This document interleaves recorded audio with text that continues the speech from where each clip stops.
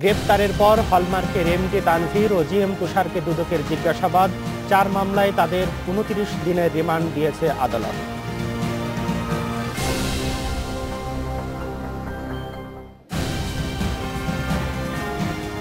সরকারিভাবে মালয়েশিয়ায় জনশক্তি রপ্তানি চুক্তির খসড়া চূড়ান্ত। বাইরের অভিযোগ, এতে শ্রমিক হয়রানি বাড়বে।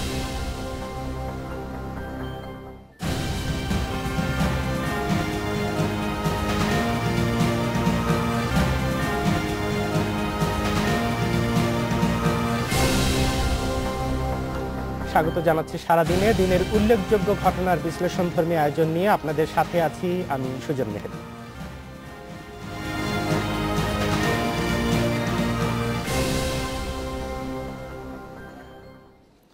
সোনালী ব্যাংকের ঋণ জালিয়াতির ঘটনায় জড়িত থাকার অভিযোগে হলমার্কের ব্যবস্থাপনা পরিচালক তানভীর মাহমুদ ও মহাব্যবস্থাপক তুষার আহমেদকে 4 মামলায় 29 দিনের রিমান্ড মঞ্জুর করেছে আদালত। 3 মামলায় 8 দিন করে এবং অস্ত্র মামলায় আরও 5 দিনের রিমান্ড মঞ্জুর করা হয়েছে। এর আগে তানভীর মাহমুদ ও তুষার আহমেদকে দুর্নীতি দমন কমিশনে জিজ্ঞাসাবাদ করা হয়। দুদক তাদের জিজ্ঞাসাবাদের জন্য 3টি আলাদা মামলায় 10 দিন করে 30 দিনের রিমান্ডের আবেদন করে। গতকাল রাত 9:30টার দিকে মিরপুর 6 নম্বর সেকশনের 2 নম্বর সড়কের একটি বাড়ি থেকে তাদের গ্রেপ্তার করে র্যাব। এ সময় একটি বিদেশি পিস্তল, কয়েক রাউন্ড গুলি ও কিছু নগদ টাকা সহ তাদের নগদ টাকা উদ্ধার করা হয়। ভোরে মিরপুর থানা থেকে তানভীর মাহমুদ ও তুষার আহমেদকে নেওয়া হয় রমনা থানায়। দুপুরে দুদকের একটি প্রতিনিধি দল থানায় এসে গ্রেপ্তারকৃত হলমার্কের এমডি ও জিএমকে জিজ্ঞাসাবাদের জন্য দুর্নীতি দমন কমিশন অফিসে নিয়ে যায়। সেখানে তাদের প্রায় 2 ঘন্টা জিজ্ঞাসাবাদ করা হয়। এরপর ঢাকা মুখ্য মহানগর হাকিম আদালতে নিয়ে যাওয়া হয় তাদেরকে। এই 3টি প্রতিষ্ঠানের নামে অস্তিত্ববিহীন ভুয়া এলসির মাধ্যমে যোগ সাজসে ভুয়া প্রকল্প দেখিয়ে টাকা হস্তান্তর করা হয়েছে এবং টাকাগুলি এই মোট 700 কোটি, 3টার মধ্যে মোট 700 কোটি টাকা আত্মসাৎ করা হয়েছে।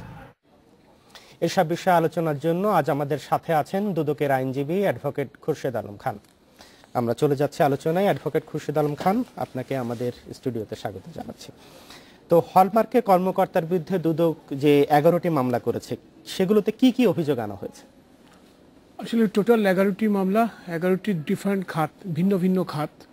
সবকিছু মানে সব মামলাতেই অভিযোগ একটাই, মিসঅ্যাপ্লিকেশন অফ মানি।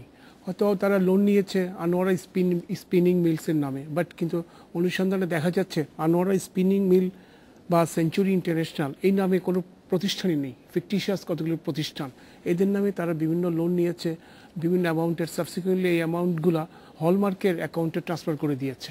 কাজে এইভাবে হস্তান্তর, রূপান্তর, লেয়ারিং এখানে করা হয়েছে, যেটা offence under the money laundering act of 2012 plus misapplication of money 409, abetment 109 in connivance with the bank officials.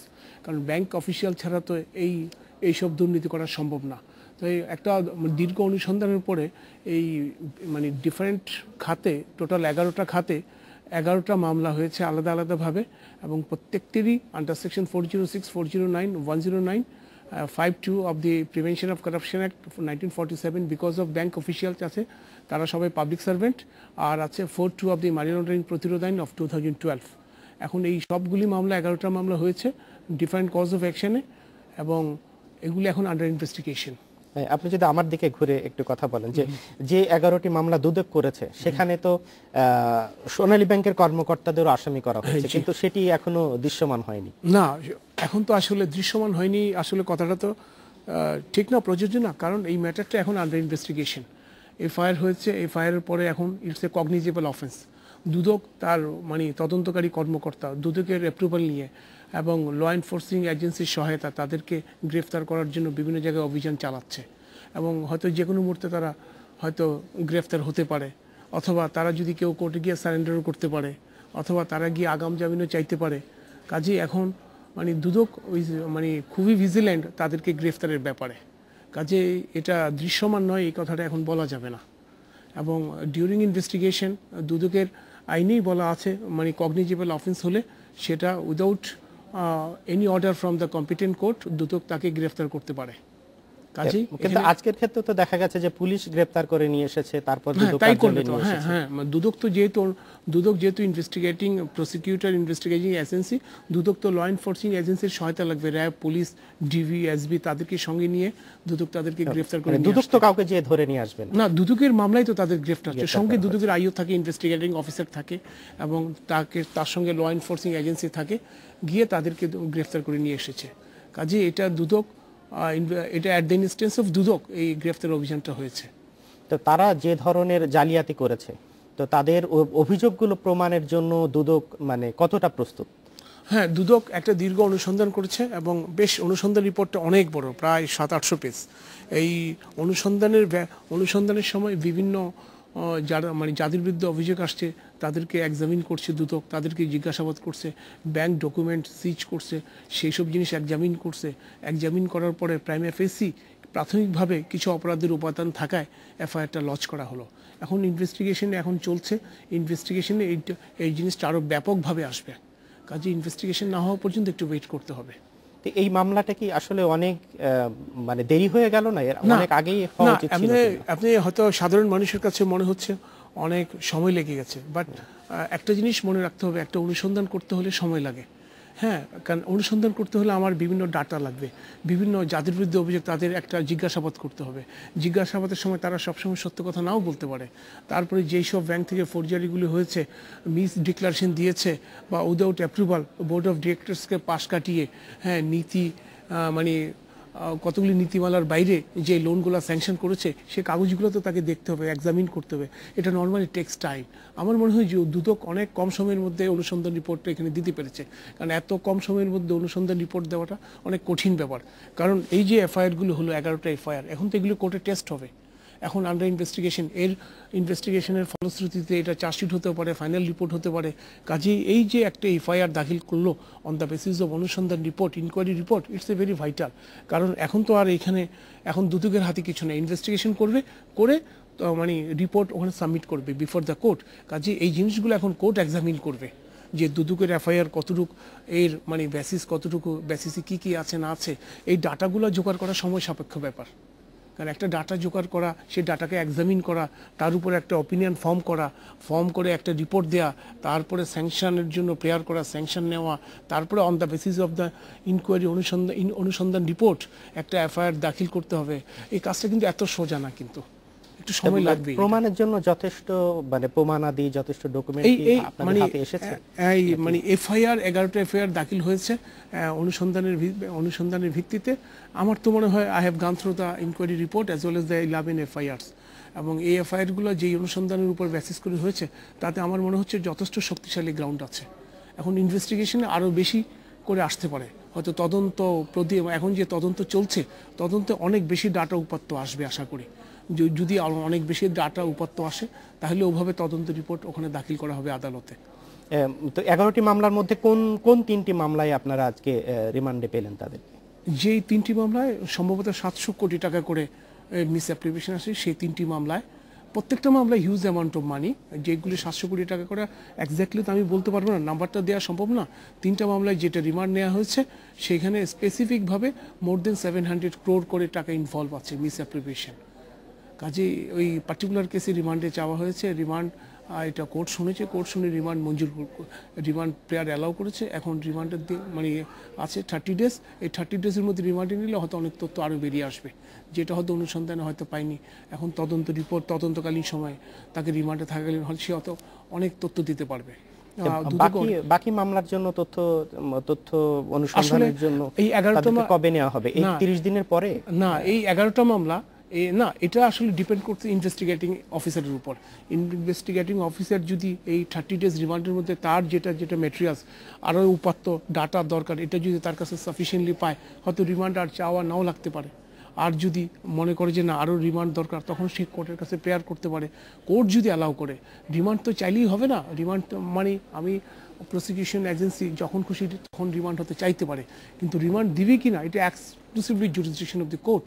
Court এটা ডিসাইড করবে তাকে রিমান্ডে দেওয়া যাবে কিনা, অথবা রিমান্ড প্রেয়ার যে চাওয়া হচ্ছে রিমান্ডে তাকে দেওয়া ঠিক হবে কিনা, অথবা এই 30 দিন পরে তাকে যখন আবার প্রোডাকশন দেওয়া হবে তখন একটা পোস্ট রিমান্ড একটা ফরওয়ার্ডিং আছে, যেটা রিমান্ড পরবর্তী একটা প্রতিবেদন ওখানে দাখিল করতে হবে। সেই প্রতিবেদনের বেসিসে যদি কোর্ট সন্তুষ্টি হয় তাহলে রিমান্ড নাও নিতে পারে, আর যদি কোর্ট মানে দুদক যদি রিমান্ড চায় সেটি ডিপেন্ড করবে এই 30 ডেজের পরিস্থিতির উপর। আচ্ছা, আমি একটা বিষয় আপনার কাছে জানতে চাই যে সাধারণ মানুষ মনে করে এরা খুব প্রভাবশালী এবং এদের কিচ্ছু হবে না, না আসলে বিষয়টা আপনি কিভাবে? হ্যাঁ, আসলে সাধারণ মানুষের এটা ধারণা করা আমাদের দেশের পার্সপেক্টিভে খুবই মানে একেবারে সাধারণ। এটা সাধারণ মানুষের যে এই যে ধারণা এটাকে একেবারে অমূলক বলা যাবে না, কিন্তু আমার তো মনে হচ্ছে মানে সোনালী ব্যাংক থেকে এরা 1500 কোটি টাকা সরিয়ে ফেলেছে কোনো ডকুমেন্ট না। আমার মনে হচ্ছে এইটাতে সহজে পার পাওয়া খুব ডিফিকাল্ট হবে, কারণ খুব স্ট্রং অনুসন্ধান রিপোর্টের উপর বেসিস করে এফআইআরটা হয়েছে এবং এর খুব মানে তদন্ত চলছে। এই তদন্তের মধ্যে অনেক কিছু বেরিয়ে আসবে, কাজে সাধারণ মানুষ যদি হয়তো ধারণা করে থাকে খুব সহজেই বেরিয়ে আসবে, আমার মনে হয় জিনিসটা অত সোজা হবে না, কারণ আমাকে তো কোর্ট অফ লতে জিনিসগুলো প্রমাণ করতে হবে। কাজে দুদক এবং দুদক প্রমাণ করতে যা যা মেটেরিয়ালস দরকার অনেক কিছু সে জোগাড় করছে, এখন হবে কোর্টে গিয়ে এটা প্রমাণ করা আফটার সাবমিশন অফ চার্জশিট। যদি চার্জশিট হয়, এটা চার্জশিট হবে না ফাইনাল রিপোর্ট হবে এই মুহূর্তে এখনও বলা যাচ্ছে না। ইনভেস্টিগেশনে যদি প্রাইম এফএসি কেস পাওয়া যায় তাহলে চার্জশিট দিবে, আর যদি প্রাইম এফএসি কেস না থাকে তাহলে ফাইনাল রিপোর্ট দিবে। এখনও এই ব্যাপারে আসলে অ্যাবসলিউটলি কোনো কমেন্ট করা উচিত না, ম্যাটারটা সাব জুডিস। মানুষের একটা অভিযোগ আছে যে মামলাটা দীর্ঘসূত্রিতা হয় কিনা, অনেক মামলার ক্ষেত্রে সেটা হয়, আমাদের দেশে সেই ক্ষেত্রে আপনারা কতটুকু মানে প্রস্তুতি নিচ্ছেন? না, আমি বলি আমাদের দেশে কোড অফ ক্রিমিনাল প্রসিডিউর বা লিগ্যাল প্রসিডিউরে কিন্তু সময় লাগবেই। ন্যায় বিচার পেতে গেলে আপনাকে যথেষ্ট সময় লাগবে, কারণ আপনি মানে তাড়াহুড়া করে কোনো বিচার পাবেন না। একটা প্রসিডিউর আছে, আমাকে দুদক প্রসিডিউরের বাইরে তো আর কাজ করতে পারবে না, তাকে পদ্ধতিগত প্রসিডিউর আইনটা তাকে মেনেই চলতে হবে। হ্যাঁ, দুদকের স্ট্যাটাস কি? দুদক হলো প্রসিকিউটর, একটা ইনফরমেশন আসছে, ইনফরমেশন বেসিসে একটা ইনকোয়ারি হলো, ইনকোয়ারি রিপোর্টের বেসিসে সে এফআইআর করলো 11টা। এখন তদন্ত চলছে, তদন্তের যদি ওনার সব কিছু ঠিকভাবে পাওয়া যায় তাহলে তদন্ত রিপোর্ট দিবে। তদন্ত রিপোর্ট দেওয়ার পরে দুদকের কাজটা হলো মামলাটা যদি চার্জশিট দেওয়া হয় তাহলে এই মামলাটা আদালতে গিয়ে প্রমাণ করা, কিন্তু আদালত তো তার নিজস্ব গতিতে চলবে, আদালত তো আর দুদকের কথা মতো চলবে না। আদালত তার নির্দিষ্ট প্রসিডিউর অনুযায়ী আদালত সময় দিবে, আদালত একটা টাইম ফিক্স করবে, আদালত একটা ডেট দিবে for acceptance of the chargesheet অথবা for cognizance order, for framing of charge, for deposition of witnesses, তারপরে ডিপোজিশন অফ দ্য ডিডাব্লিউস, তারপরে examination under section 342 for argument. এইসব প্রসিডিউর তো দুদক ইন্টারফেয়ার করতে পারবে না। দুদকের কাজটা হলো একটা মামলা প্রমাণ করার জন্য যা যা মেটেরিয়ালস দরকার তা জোগাড় করে কোর্টে এটা প্রমাণ করার চেষ্টা করা, তার সাক্ষী সাবুত দিয়ে। হ্যাঁ, দুদক আপনাকে মনে রাখতে হবে দুদক কিন্তু একটা প্রসিকিউশন ইউনিট, একটা প্রসিকিউটর। দুদকের রোলটা মানে আমি একটা তথ্য পেলাম দুর্নীতির, এটা আমি অনুসন্ধান করে বের করলাম, এখন তদন্ত করে যদি এটা চার্জশিট দেওয়া যায় তাহলে আদালতে গিয়ে সেটা প্রমাণ করা, আর তদন্ত করে যদি আমি কিছু না পাই তাহলে ফাইনাল রিপোর্ট দেওয়া। আমার ফাইনাল রিপোর্ট বলেন আর চার্জশিট বলেন সেটা অ্যাকসেপ্ট হবে কিনা সেটা দেখবে কোর্ট। কাজে এখানে দুদক চাইলেও সবকিছু তাড়াতাড়ি করতে পারবে না, it's a question of documentary evidence. তো জালিয়াতির মাধ্যমে যে বিপুল পরিমাণ অর্থ বিহাত হয়েছে তা মানে সেটা ফিরিয়ে আনার ব্যাপারে দুদকের কোনো ভূমিকা রাখার অবকাশ আছে কি? এখানে দুদকের কোনো ভূমিকা নাই, এখানে সোনালী ব্যাংককে উদ্যোগ নিতে হবে, কারণ সোনালী ব্যাংকের যে টাকাটা বেহাত হয়ে গেছে সোনালী ব্যাংককে এই টাকাটার জন্য অর্থ আদায়ের মামলা করতে হবে সিভিল কোর্টে, যে টাকাটা তার চলে গেছে। কারণ দুদক আইনে শিডিউল অফেন্সে আছে যেগুলো 409, 109 plus 52 of act 2 of 47 as well as money laundering আইন অফ 2012। দুদক যদি তার এই অনুসন্ধান রিপোর্টের মাধ্যমে তদন্তের মাধ্যমে যদি প্রমাণ করতে পারে যে অফেন্স হয়েছে, তাহলে তার ওই অফেন্সের যদি যেভাবে প্রমাণ করতে পারে তাহলে ওই ক্ষেত্রে তার সাজা হবে, কিন্তু টাকা রিকভারি মানে করার ক্ষমতা দুদকের নাই এবং দুদকের এটা আওতা বহির্ভূত। টাকাটা রিকভারির জন্য উদ্ধারের জন্য এটা কনসার্ন ব্যাংক সোনালী ব্যাংক রূপসী বাংলা ব্রাঞ্চ তাকেই মামলা করতে হবে সিভিল কোর্টে অর্থ আদায়ের জন্য। কাজে দুদক টাকা আদায়ের দুদকের উদ্ধারের জন্য এটা কনসার্ন ব্যাংক সোনালী ব্যাংক রূপসী বাংলা ব্রাঞ্চ তাকেই মামলা করতে হবে সিভিল কোর্টে অর্থ আদায়ের জন্য। কাজে দুদক টাকা আদায়ের দুদকের পক্ষে সম্ভব না, দুদক তার শুধু ক্রিমিনাল অফেন্সটা প্রুফ করবে before the competent court of the jurisdiction যদি তার কাছে মেটেরিয়ালস থাকে আফটার সাবমিশন অফ চার্জশিট। কিন্তু এখন চার্জশিট হবে না ফাইনাল রিপোর্ট হবে, এটা তো এই মুহূর্তে কিছুই বলা যাচ্ছে না, দি ম্যাটার আন্ডার ইনভেস্টিগেশন।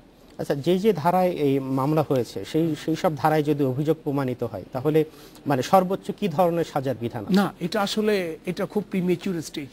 এটা আসলে এই মুহূর্তে মানে আপনাকে- বিধান আছে কি ধরনের? না, সাজা? বিধান আছে ভালোই। Section 4(2) of the money laundering প্রতিরোধ আইন, এটাতে সাজার মানে বিধান আছে 8-10 বছর। তারপরে সেকশন 409 আছে অফ দি পেনাল কোড, 109 আছে, section 5(2) of the prevention of corruption act আছে 1947, criminal misconduct being a public servant 7 বছর পর্যন্ত হয়। কিন্তু এটা এত প্রিমেচুর স্টেজে আপনি সাজার কথাটা তো এখন অবান্তর। কারণ সাজাটা দিবে কে? সাজাটা দিবে কম্পিটেন্ট কোর্ট অফ জুরিসডিকশন।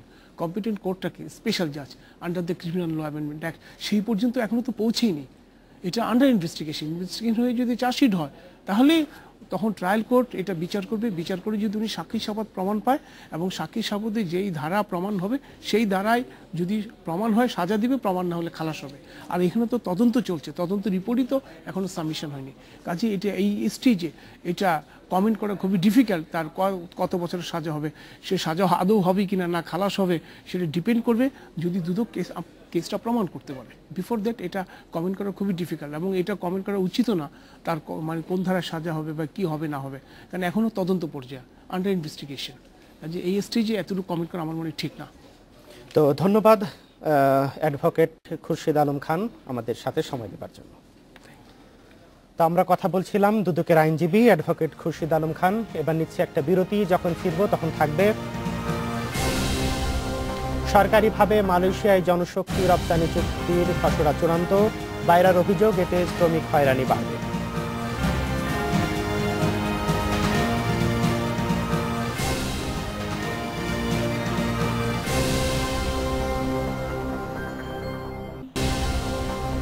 আবার স্বাগত জানাচ্ছি সারাদিনে, আপনাদের সাথে আছে আমি সুজত মেহেদি।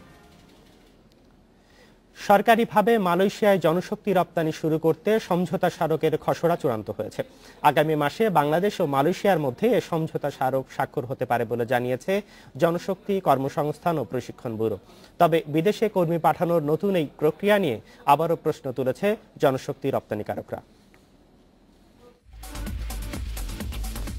বাংলাদেশের অন্যতম প্রধান শ্রমবাজার মালয়েশিয়ায় জনশক্তি রপ্তানি 2009 সাল থেকে প্রায় বন্ধ রয়েছে। ভিসা প্রক্রিয়ায় গরমিল আর শ্রমিকদের নানা অপরাধে জড়িয়ে পড়ার অভিযোগে মালয়েশিয়া সরকার বাংলাদেশিদের নতুন শ্রম ভিসা দিচ্ছে না। তবে এই শ্রমবাজার পুনরায় চালু করার চেষ্টা করছে বাংলাদেশ সরকার।